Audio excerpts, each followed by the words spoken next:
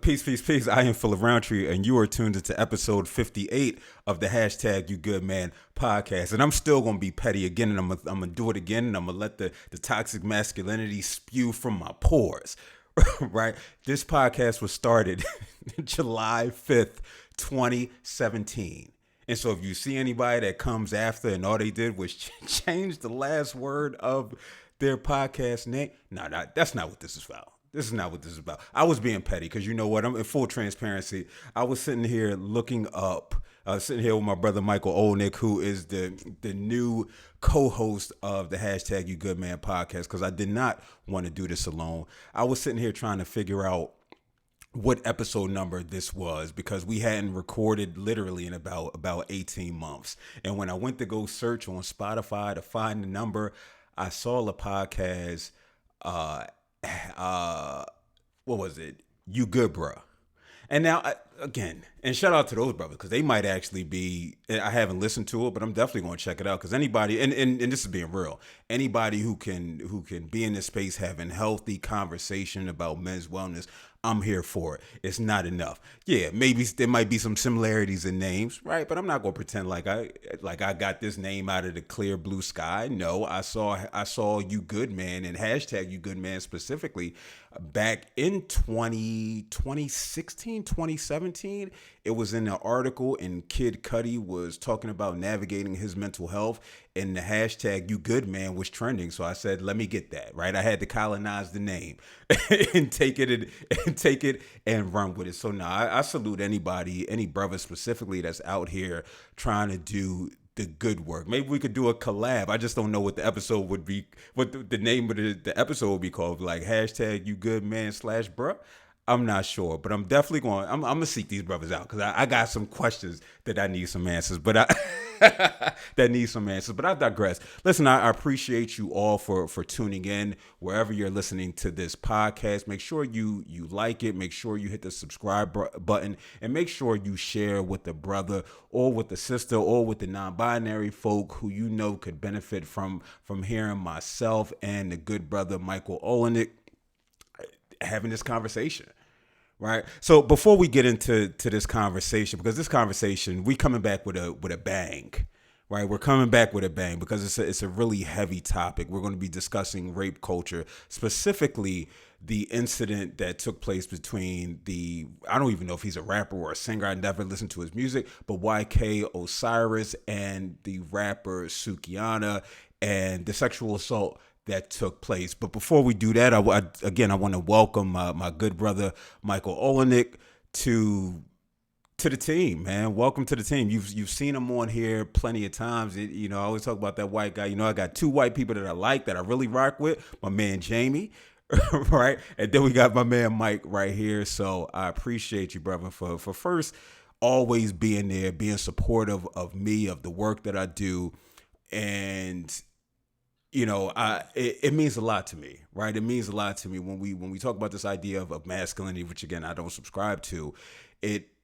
A lot of it is, one aspect of it is this idea. Now here I am saying it. This idea of like competition, right? The irony, and all that. This idea of competition, but with you and I and how we met, we was at a moonlight filming, and it was just like, hey, you're a social worker, I'm a social worker. Then you started coming out to the groups, and we just developed a friendship. Now you've since left Philly and moved on to Canada, but regardless, the love is still there, the support is there. And so I just want to first say thank you. Thank you for being a friend. I know it's not too many folk I know who, if I'm feeling something or I'm thinking something, or I need validation because I'm human, you're one of those people who I know that I can run to. So again, I want to say thank you, brother, and welcome to the team. And just let the people know a little bit about who you are. Yeah, man, I'm glad to be a part of the team. I like to think I've always been a part of the team ever since you came up to me at that moonlight showing and said, I got this group and I got a lot of brothers that go, but I don't have any brothers. So, and I was happy to attend, man. And that last part you just said really hits me big because that's how I want to be a presence in somebody's life, right? I want to represent that kind of manhood and that kind of masculinity, that I'm a space for shelter, right? And I think that's what I try to do. As far as what I'm doing, like you said, I did escape to the great north. I am up here in Halifax, Nova Scotia now. Recently started my own men's wellness group called Holding Space. It's starting small. It's got humble beginnings, but I like to see where it can go. And yeah, man, I'm happy to be back on here talking about important things with you. Word. And so again, I appreciate you for joining me and being a co-host with me, right? But I also want to throw out another white brother, and he's equally special to me for other reasons, right? Not only has Dr. Travis Kinney, he's here, he's a physician here in Philadelphia. He's come out to the groups. I met him at the gym at a weightlifting event. But ultimately, he's played a major part in my life. So, and might as well, again, full transparency, he's taken care of both my father, right, and my mother at the hospital, right? And he's had nothing but kind things to say about me to them, which is always good, right? Because well, how is he? How is he really? It's like, you know what? He's a good dude. And so I appreciate Travis for saying those kind words about the work that I'm out here trying to do and the support that he's offered me. And he's also been on the podcast back. And feel free to go back and watch it during the midst of COVID. And he was on debunking some of these myths related to COVID. But he's taking care of my mother who just had knee surgery. He's taking care of my father who has some respiratory issues. So he's definitely a one of them white folk who I'm a ride with, right? Because I just know how genuine he is.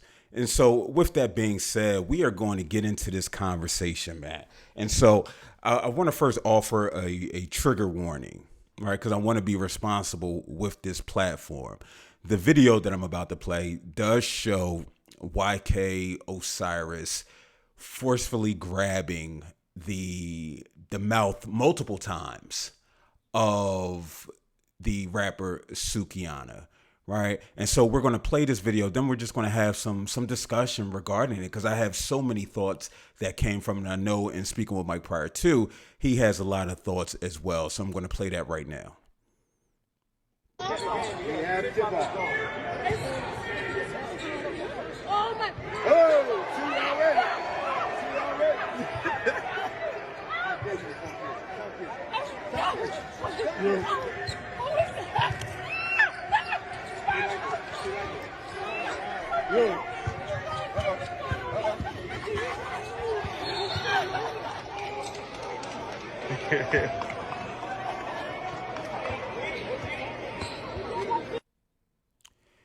And so for those of you who are only listening on your streaming platforms, he forcefully grabbed her by the mouth, tried to kiss her. And I've never listened to the audio of it. And I can hear "help me." I can hear shrieks, right? Despite maybe chuckles that she might be offering, you can tell that she was in distress, and nobody came to her defense. What are your thoughts, Mike? Yeah, I had the exact same thought just listening to the audio, is that you hear a person in distress and all you hear around her is laughter. Like that disconnect of men getting enjoyment from a woman's obvious distress because it's just them being boys. Like, we should be so past this behavior. We should be so far past it. But should we though? Because it's like, because this is just generation after generation, and when we talk about this idea of things that are passed down, adherence to the patriarchy, toxic masculinity, whatever it is that you want to call it, that also gets passed down as well. And so for folk who aren't enlightened, right, and you would hope that you see the humanity in another person, right, and somebody who's clearly in distress, where somebody would intervene. But I think about just this idea that I don't necessarily think we are. We just had, y'all president, not mine. We talk about grabbing somebody by the pussy, right? That's not that long ago, right? And so when we think about, are we really past it? Well, I don't think we're past it. Well, not that we're past it, but we should be past it. We should be past it. Like, there should have been the fact that, again, that kind of an incident occurred and not one man Not one man that was sitting directly next to the situation chose to intervene.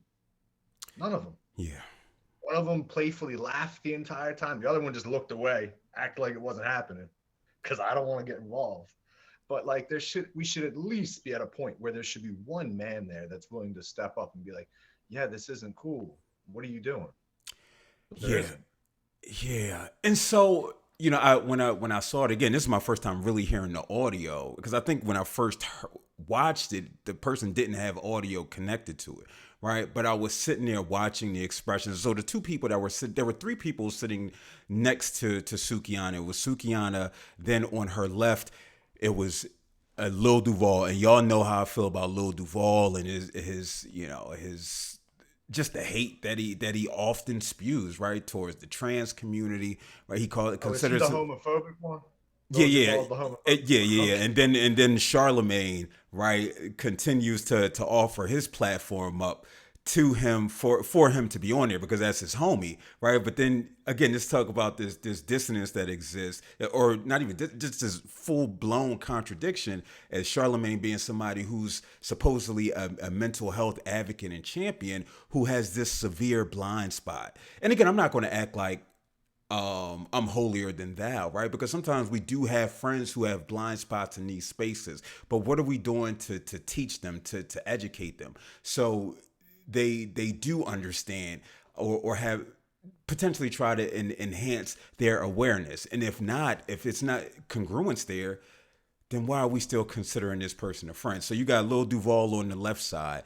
Then you have Funny Marco. I'm not necessarily familiar with his politics. I know he does a lot of skits on YouTube, on social media, but I just saw his face, right? Like he was just in shock, right? There was some laughter there, but there was just like this shock laughter. Then you had the guy who I guess he was announcing the basketball game, and this all took place at a charity basketball game. I think he was just oblivious to it all because he was calling the game.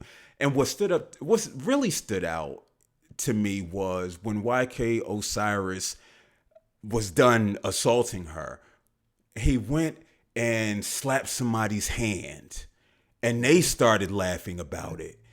And it was just like, all right, maybe I could shoot bail to Funny Marco. Maybe I can shoot bail to Lil Duval. Cause sometimes it's like this analysis by paralysis. If you've never been in this situation where you've had to be an ally, or if you had this experience to intervene, because sometimes we know there's a go along to get along, right? Because we look at survival too, and it's just like you don't want to become the outcast because you intervene on unhealthy behavior. So even if I wanted to shoot them a little bail, I see this person and they're like just like in full blown encouragement of it, which really stood out. Yeah, I peeped that too. And it wasn't like as soon as he got off the stage where they were, he got congratulations, man. He got good job. He got that's a boy. There you go. Look at you mixing it up. Congrats. I'm like, we shouldn't expect anything from Little Duval. That's the thing. Like What do you Little mean? Duval, Tell like me more. Little Duval has given us his character. Okay. For us to expect him to step up, well, then we're just being silly. I don't know anything about the other guy. I feel like the other guy was caught, right? The other guy had a moment because you just see he does the 1,000-yard stare, man. He turns his head and just looks off while it's still happening Yeah. because he feels that tension. But yeah, the dude that on the outside, he's right away feeding it. He has no excuse. Yeah, and so it was so much conversation that took place because people went on social media, they went on Twitter, and this happened maybe at this point now like 2 weeks ago, right? And so we've moved on because this is what society does. We move on. Now we're talking about folk dying in submarines, wealthy rich folk dying in submarines. And so we've moved on past sexual assaults. We've moved until the next one, and then we'll move on again until something else takes place, because that's the get down in American society. But I saw a lot of pushback on Twitter, right? Like, yo, this is terrible behavior. Sukihana came out and said she felt helpless, right? She couldn't stand up for herself in that moment. And for me, that crystallized it, right? Because whatever you might have been thinking and whatever idea you may have of her, yes, she's overtly sexual. She leans into her womanness, right? Her femininity. She leans into it as she should because it's her prerogative. It's her body. She can do whatever the hell she wants to do. I know she has the viral what do they call it? Like the viral little song, right? Talking about eating people's asses, like eating a man's ass. Do whatever you want. Live your life. Be true to who you are. And no matter what it is, that still doesn't give anybody the right to sexually assault you in any type of way. But I did see a lot of pushback regarding it, but I didn't see enough from folk that identify as men, frankly. What about Why you? would you? Why would you? Why would you see pushback? Rape culture is the most pervasive thing in our patriarchal society that is constantly okayed. Hmm. It exists everywhere, man. It's the jokes, it's the playful double entendres when you just shouldn't be throwing one out there. It's the standing too close to a girl at the gym because you think your massive testosterone is going to wear off on her and she's going to fall madly in love with you. It's all these little gestures that men make on the daily, and they don't even, I don't think they have the full awareness of how their behaviors and actions contribute to rape culture. Yeah, yeah. Because it's still, even in his apology, he said he was trying to be playful.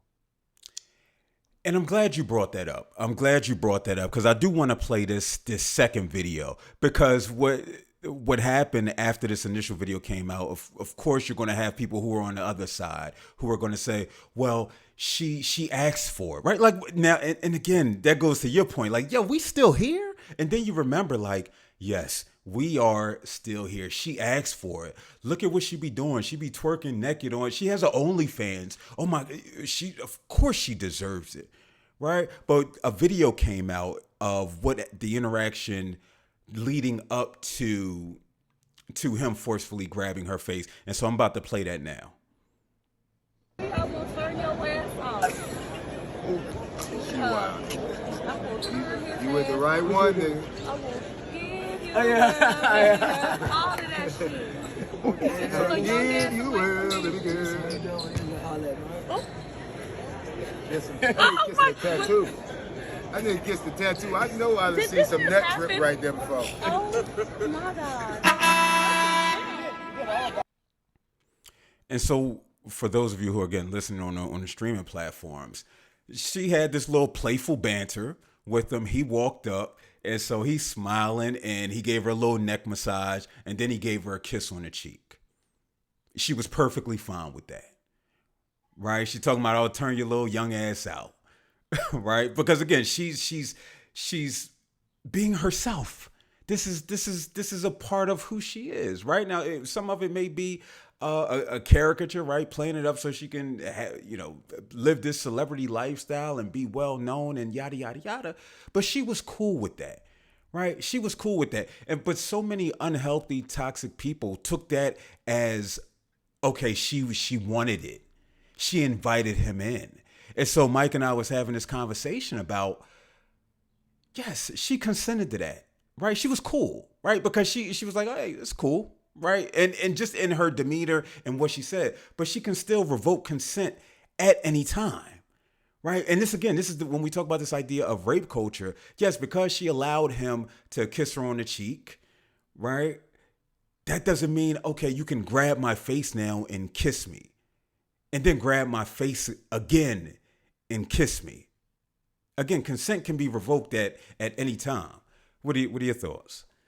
Yeah, and this brings me back to the main idea with men and rape culture is this idea of deservedness. We have taught little boys that they deserve a woman. They deserve to go out there and take what's theirs. So then that action stays with them throughout their whole life. The fact that he went back for a second kiss is wild, because there is no way that bro didn't feel the energy in that first kiss that said, get the fuck off me, bro. Like, there's no way he didn't feel that. So it becomes this whole thing that he's just acting out. He doesn't know what else to do, because this is what he's been taught to do. I'm supposed to just grab and take. Exactly, and that's where it's just like, partially you fault him, right? Because it's just like, yo, this is just the game in society. This is what it is, as it should be, right? You shouldn't be. It's incumbent upon you to learn how to navigate this shit. And yes, you're going to make some poor choices at times. I'm not going to sit and act like I've been holier than thou throughout my life, right? I'm not gonna I'm not gonna act like that. I know I've been in a bar where a sister might be walking past me and I grab her hand, right, to pull her so I can whisper in her ear, infringing upon her boundaries, her personal space. I've been that person. I also show myself grace, right? Because it's like, yo, yeah, you messed up. That was bad, Yeah, I mean, right? we too have to heal from patriarchy, E- Phil. exactly, exactly. We too have to grow out of and unlearn rape culture. We too have to relearn what intimacy is and what pursuit looks like within the boundaries of consent. Like you can still be playful, you can still be flirtatious. Keep your hands to yourself. It's not this like, it's not a mind-boggling idea. Yeah, it's so interesting because, and this reminds me of, and I don't remember the situation exactly, and so I probably shouldn't even be comment on it. But the comedian Aziz Ansari, is that his name? Yeah, that reminds me of that situation, right? Where the aftermath of a situation that he had with a woman caused he caught a lot of flack, right? Because she said, listen, I did not consent to these interactions, and it sparked conversation just about nuance, right? Nuance in intimate relationships specifically, right? And so here we are, reading the cues, right? Because it is unrealistic to say, now it has me thinking about that. Right. Consent doesn't have to be mechanical. Exactly, right? It can be feeling the vibes, but Yeah. again, once those vibes get denied, right? When somebody's matumbo to the vibes, it's just like, whoa, that doesn't mean go up for a layup again. It means, you know what? Let me take the ball back out. Let me say, yo, my bad. Let me pass the ball. Hey, my bad. Right. And again, I don't want to make light, right, of comparison of sports and sexual assault or anything like that. This type of situation that takes place, but just this idea, there is space for nuance, but that still doesn't necessarily mean that because nuance might have been present that somebody wasn't offended in any way, right, or felt taken advantage of in any way. Yeah, and then like I begin to wonder back on this idea because he went back for this. He grabbed forcibly and gave her a second kiss. I wonder if he did feel the energy, he did feel the discomfort, and then didn't know how to sit with that. Because I think that that is a big thing that we don't give boys is sitting with discomfort, right? No, we go move past it, go get that feel good again. Even if that feel good is at someone else's expense, you need that to satiate that feeling of discomfort you have going on right now. So like I wonder, like in that moment when he felt the awkwardness, did he go, well, I got to go back in and really man up right now? You know what I mean? Yeah. Yeah. And so and again we talk about like this dissonance, right? And just this lack of awareness of situational awareness of what's taking place. And some people may blame his age, right? Like he's come out and said, listen, I I haven't loved music in a while. This is why I haven't put out music. It's just like, yo, I need help for real. And so some people might look at it as being a way for him to shirk responsibility in this situation. But no, I agree with him. He does need help, right? And when we talk about help, it's not necessarily, oh, I have to go to therapy, right? It's, listen, I need to be educated. I need to be re-educated because again, I may have not had those healthy influences, especially the arena that I'm in. Right, we're talking about the music industry. We're talking about rap. We're talking about R&B, where it's predatory, it's patriarchal, it's filled with capitalism being winning capitalism being the end goal, and so they could care less about those who are marginalized, those who are or are often oppressed, right? So he's bringing this lack of knowledge, lack of information into a space that really doesn't care about teaching or about educating you in any way. Because if it did, maybe this doesn't happen. Mm-hmm. And I completely agree. Like there's still, yes, what he did was wrong. Is he a wrong person? Is he broken beyond repair? No. And we can't, I got to really say this. We can't keep smacking men's hands and not teaching them what to do with them after. We can't keep doing that. Exactly. We can't expect the process of unlearning and relearning to happen if we don't give them the chance to re-enter the space. Exactly. Exactly. I look at it as, and again, it might not be an apples to apples comparison where believers say, I want to pray for patience, right? And you can pray for patience all you want. But you need to be put right back in that same situation where you have an opportunity to exhibit patience to see, hey, whether you've learned something or not. And the fact of the matter is, you may learn, and this is why I look at things as being like why I consider myself an ally on probation. Because I can make the right decision 9 out of 10 times, right? But I may not exhibit patience that one time, and that can have me right back on that other side where I'm perpetuating harm. Which again, and that's why we should always be aware of how we're showing up in these spaces. But again, first it's this desire to want to know, to want to understand, to want to learn. And so I was sitting here reading.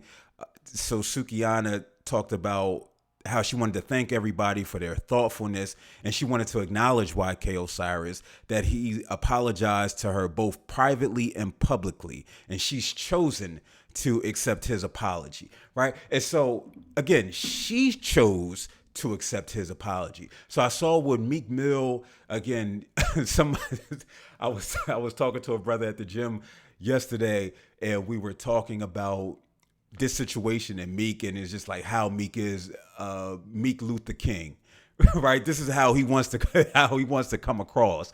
Like, just because he's doing some good work within the space of social justice and prison reform at some level, right? He's doing some work, but he comes out and says, "Yo, we can't cancel YK Osiris," and I'm like, first, I don't believe in the canceling people, right? I believe in teachable moments. Sometimes you got to sit people down. You got to hold people accountable when they make unhealthy decisions.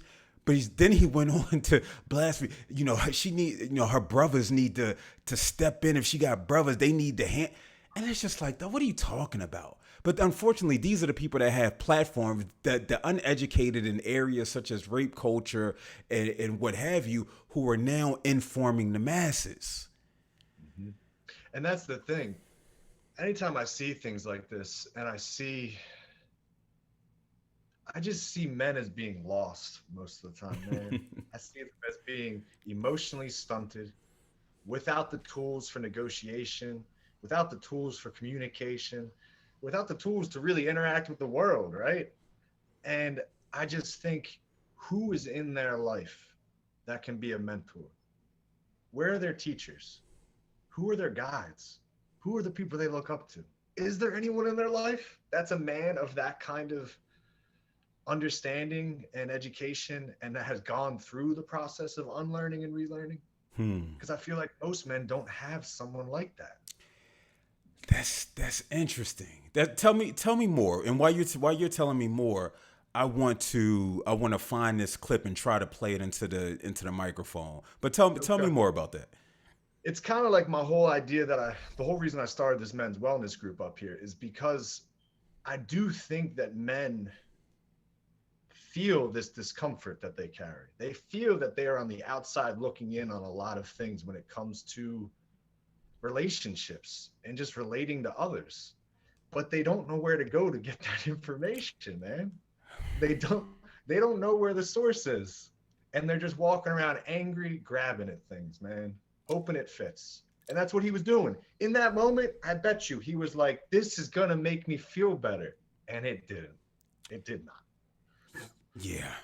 I want to play this clip, and it may fit, it may not fit. I listened to it once yesterday. Shout out to my sister Envy McKee of the Envy McKee Show, who sent it to me because she thought it was something worthwhile of me hearing, and we can discuss if it is worthwhile. And apologies because I am playing it from my phone. Spiritual. Your childhood has to die so you can become an adult, but nobody's told them it's metaphorical and spiritual, so they have this death urge that they then actualize in the physical world I'm gonna start it over. Because I see you try to put your head out. I can't hear it, bro. I was like, where's my speaker on this? Where's that? Word. I'm playing it in the wrong side of the mic. Through ritual or through maturity. I've often thought that it's similar, that this culture is so wretched and so many people are so very, very unhappy. They want this nightmare to end, and they don't recognize that the death that they want is a cultural death and is a spiritual and metaphorical death. Especially because within this culture, the spirit is separated from the earth and from the flesh, and so you can't have this transformation that simply occurs in your body. And so they kill the world in all physical reality as opposed to that spiritual transformation. These kids want to die. And so he started off, these kids want to die, right? And so when I think about young boys, when I think about young men, this natural curiosity. When we think about, I have a toddler, right? He wants to jump off everything, right? Because it's just this natural feeling of just, I have to test the limits, right? And then you hopefully have somebody there like myself to guide him, to say, oh, be careful, or to catch him if he does indeed jump. And so what happens is when these young boys continue to grow up, they don't have anybody to say no, to say this isn't the way, right? And so they continue this as he talked about, this idea of this spiritual death, because this is what acts like this are, right? This is a spiritual death. When you grab a woman by her mouth multiple times, that is a spiritual death, right? This is you reenacting things from your childhood that you have yet to unlearn, right? So you can then transform to become what you're supposed to be in this world, right? And so, yeah, at 5, at 7, right? And again, it's not necessarily putting a chronological age on it. If you see this behavior, we're not going to, oh, that's cute. We understand it because they're trying to understand the world that they're in. And this is where that proper guidance comes in to say, no, you don't do that, right? And so they take this with them, but unfortunately this doesn't take place. And so what happens is they continue to have this spiritual death, but it just shown in the lack of humanity in their interactions with others. Mm-hmm. Yeah, that's the whole idea. Like the main thing that I feel like men are dealing with when they're trying to make relationships is the fact that they can feel that the person they're trying to connect with has things that they don't. The other person has emotional, especially if we're looking at it from like heteronormative standards. Like we're looking at heterosexual relationships where there's a woman and there's a man. That woman has been allowed to explore her emotional depth since she was a little girl. Yeah. That man has never been allowed to explore his emotional depth. He is lacking the necessary groundwork to have a conversation of any depth. Yeah. Yeah. And so the unfortunate part, right, is hopefully YK Osiris learns something from this, right? But my concern is, and the unfortunate part is, Funny Marco, Lil Duval, the guy that dapped him up, will they go on as business as usual? Because it wasn't them directly, right? It wasn't them directly who did it, so they good. Instead of thinking by how them being a bystander and allowing this to take place also perpetuates this idea of rape culture. But who's going to hold them accountable? Is it going to be Charlemagne, right? Well, and there's the other problem. How does someone go through the process of unlearning and relearning when rape culture is part of their marketing? It's part of how they're earning money. Yeah. It's part of what brings them people to their life. They know Little Duval, his hate works for him. Why is he going to stop? Yeah. He speaks to a certain niche. And like, that's the thing that we're really pushing up against in our culture now, is that the whole influencer culture, man. You can get a soapbox anywhere these days, and some people will show up to watch you speak. Indeed. Indeed. God bless the dead to Kevin Samuels and, the folk who are running out here to take his place, and high value men and, low value women, and you're not worthy, right? Like having ideas of attaching worthiness to to possessions, to property. It's mind boggling to me. And again, it's not to say that to act holier than thou, right? But again, unless you intentionally take on this process of unlearning, which takes place through your men's group, right? That you have bi-weekly, and we're going to hear more about that. Whenever the hashtag You Good Man men's group come back, right? I didn't say hashtag you good, bro. I think I said hashtag you good, but I don't know. My mind be going You like. say you good, man. I did say okay. I just want to make sure. And again, no shade, no shade. Whenever that does come back, because this is what's needed. Who's going to be the brother to step up and intervene? Like, I have homies who I love, right? We've been friends for 20 years, who I've literally watched. Got pictures of grabbing a girl's face and kissing her. That was his whole move, right? But now turning 40 and doing the work along the way, again, forgiving myself for recognizing I'm just as much as a victim / survivor of patriarchy, as you talked about earlier, than others, are women and non-binary folk. But just thankfully, I haven't had to experience the actual sexual assault piece that comes with it. We're talking about just the mind fuck related to it, not the physical manifestations of it. But how do we? What is it? Not what it, because we know what our responsibility is. How do we go about this? How do we go about informing and educating from your perspective? And I think I want to say that, like, I completely agree with you on, like, the difference between feeling the physical threat of patriarchy and feeling the existential threat of patriarchy. Because men live in the existential threat. Like, we are both a tool of the patriarchy in terms of, like, oppression, and we are also a victim of it. So it's like this heavy burden to carry. And as far as how do we go about it, I think men that have experienced the process of unlearning and relearning and are doing intentional work, they need to be vocal.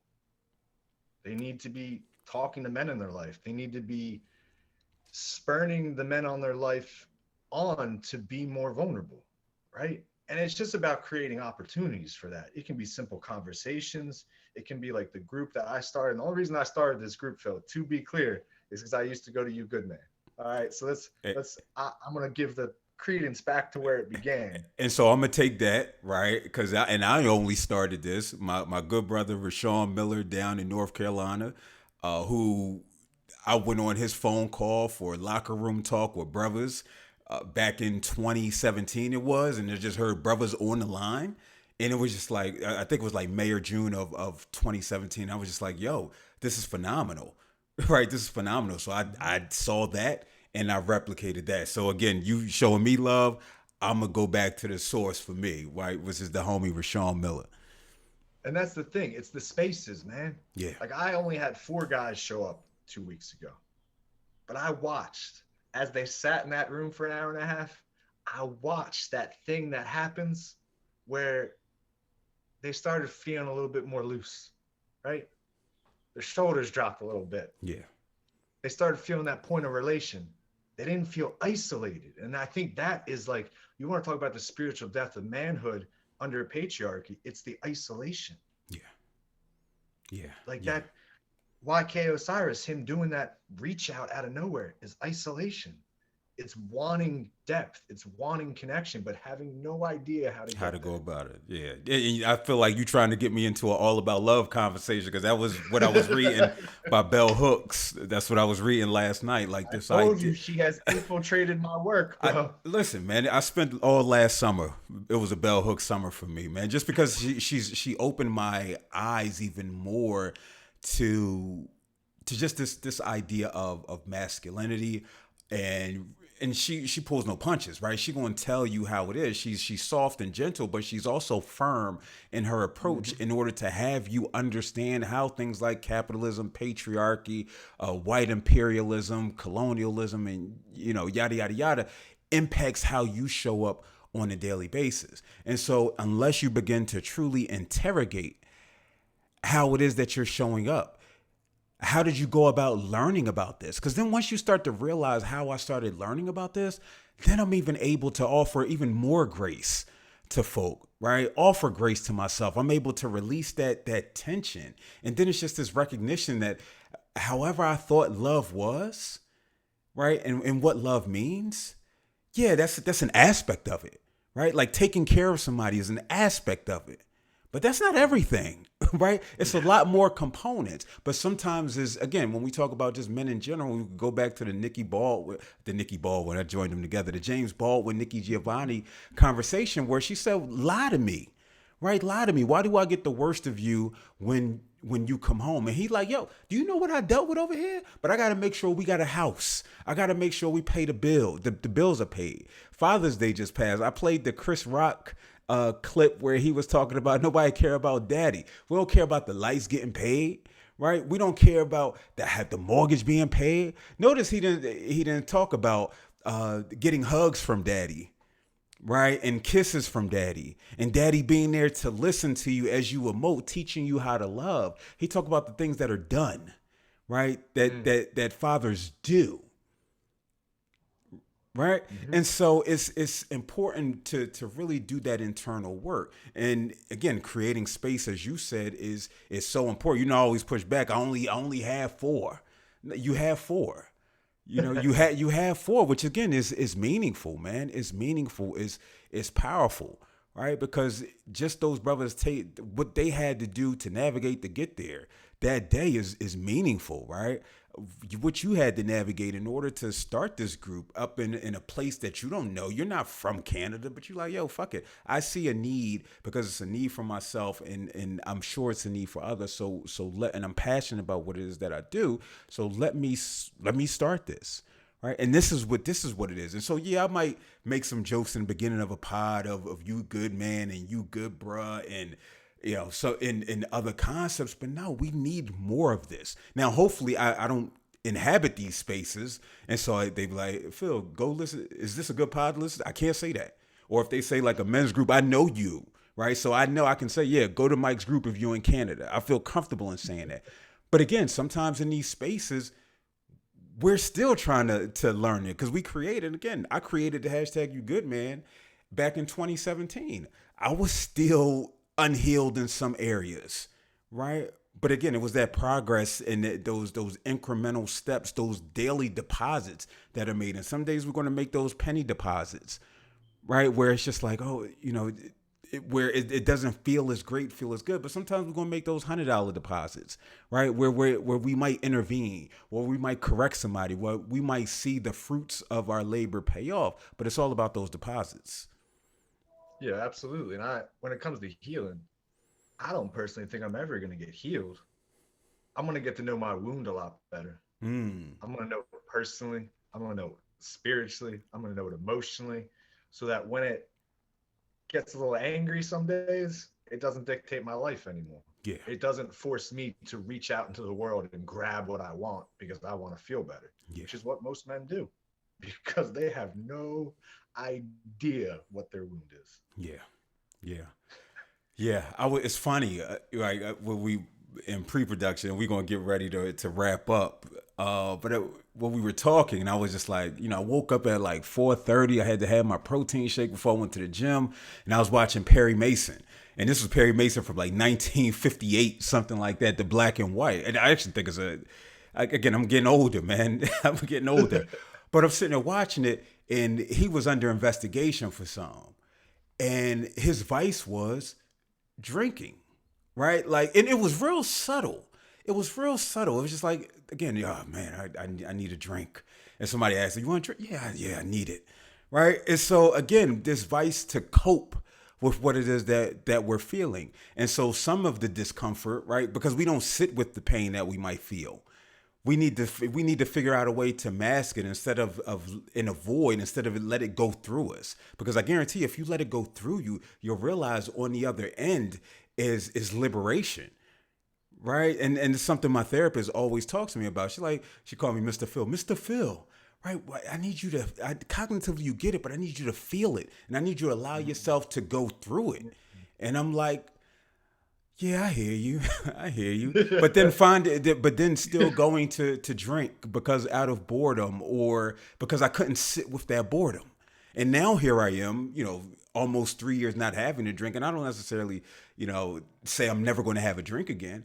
But I know my reasoning it's not going to be because I'm bored, right? It's, hey, I might just want to have the taste of it, right? But it's not going to be because of some external, some internal reason that I couldn't navigate to then bring that into, to bring that vice into, which I have a interesting problematic relation to with historically. You know what I mean?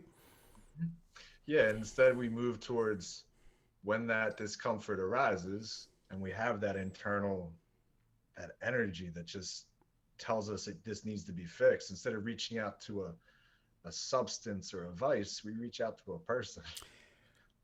We find community and we hold it. And that's brings me back to men again, man. They're just isolated. Yeah, their friends don't know what's going on with them. They don't have any idea. Yeah. Yeah, because it's funny when you say that. Like when I found Rashawn's group, because he and I ended up being like super cool. I went to his gala down in North Carolina this year. Again, it's a dope brother.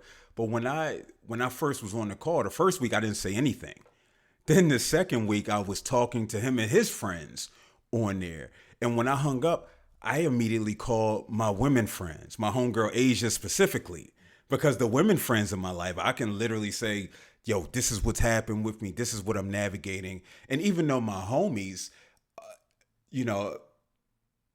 I'm sure they would be open to it, but just this level of comfort, I don't want to run the risk of, and I guess a lot has changed since then, because now, the homies who were once, hyper masculine, they're like, yo, this is wild. I've been feeling X, Y, and Z. We starting to see this shift as brothers get older, because they like, yo, I don't like how I'm feeling with this. Right. And so just me being able to reach out and contact them. So when you say operating in silos, that's exactly what it is. Right. Operating in a silo is me saying, y'all, you know what? I'm going to bring the podcast back and I'm just going to do it by myself.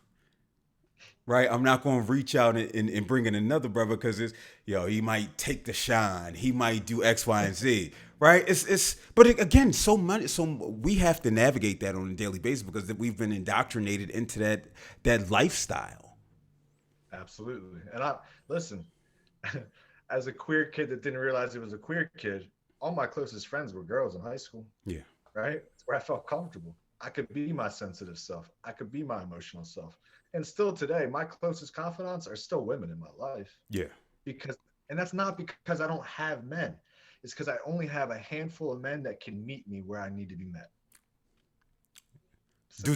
Due to no fault of their own, because because it might not have clicked. Yeah. I don't hold it against them. I just wait for them to come into the fold. I wait for them to finally get to that point where you're like, you know what? I am tired of being angry at everything and not knowing why I feel how I feel. Just wait for them to get to that realization. It's coming. Yeah. It either comes or you pop. It's one of the other. Exactly. And popping is literally, it could be some angry outbursts. It could be your family leaves you, right? You're unemployed. Even though I'm team unemployed for people, you know what I mean? But you know what I'm saying? But it could be these different things because you couldn't navigate the feelings that you were experiencing, right? And so that's all YK needs. That's all he needs. Yeah. He needs some space. He needs at least one person in his life to be like, I get it. I've been there, but you don't got to live like that. Exactly.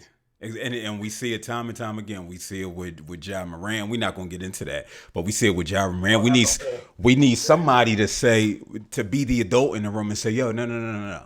That's not it. That's not it at all. But unfortunately, what happens when you become the breadwinner, and it could be the case for YK Osiris. I don't know what his family situation is like, right? Hopefully he has a father, a brother, an uncle, a community member that can say, yo, this ain't it. And he's willing to listen. But no, we not going to cancel him because I'm not here for canceling people because we all, again, like the religious folks say, we all fall short of the glory of God. Right now, hopefully the harm that you may have caused and is not as severe as some forms of harm with some people where it's just like, yo, we're going to hold you accountable and we're going to hold you accountable for a very long time. Right. So we can ask someone to leave the community to go do some work. Exactly. Go into a spiritual solitude for a little bit and figure some things out. But if they come back having done the work, they shouldn't be canceled. They should be welcomed. Exactly. I'm here for it, man. Listen, this was a good opener. It was a good, This nice was. little 50 minutes. came in hot for sure. Well, let folk know how they can get in contact with you. We might have some because I know you're gonna share it on your platform. So the Canadian folk, because you're Canadian now, man. you know, I'm sure you be saying like, "Hey, what are you doing, eh?" Or is that Yeah. Montreal? I think that's Montreal, but No, that's everywhere up that's here. everywhere. But really, Nova Scotia is just like the East Coast of the United States, man. It's the same kind of people. You Okay, know what I mean? okay. As far as where they can find me, I don't have a like professional social media. All I have is my IG, which is Sisyphean Absurdity. I could explain it, but that's just silly. But that's where I do the thing. My group is called Holding Space up here. I hope to expand it and build on it from there. Word, and you'll see it in the description where you can follow them. As always, you know you can find me on all the social media platforms. It's regular. I'm regular. I'm just Phil_Roundtree, right? It's regular, you know, because I could even try to spell Mike's Instagram name. Sometimes I'll be looking it up, like all right, let me find Mike Joint so I could read something because he's always writing something poignant on there. I'm like, is it SISYS? Everyone does that. They Yeah. can never remember if it's I or Y first. Exactly. So you can catch me on all social media platforms, Phil_Roundtree. Also, make sure you subscribe to the podcast. Make sure you like it. It's everywhere. Share it with a brother who may benefit from it. If you have any questions, shoot me a DM or concerns. Just because we open like that, right? We talk about this idea of like having like a professional social media. I ain't got no professional social media, man. I am who I am. I ain't out here trying to pretend like, oh, this is my business page. Nah, man. You're gonna get all aspects of me, right? You're gonna get me to the I fullest. extend the same invite. Anybody wants to DM me, reach out, create space, hold community with me, come for it. Word. I'm here. Word. So until next week, peace.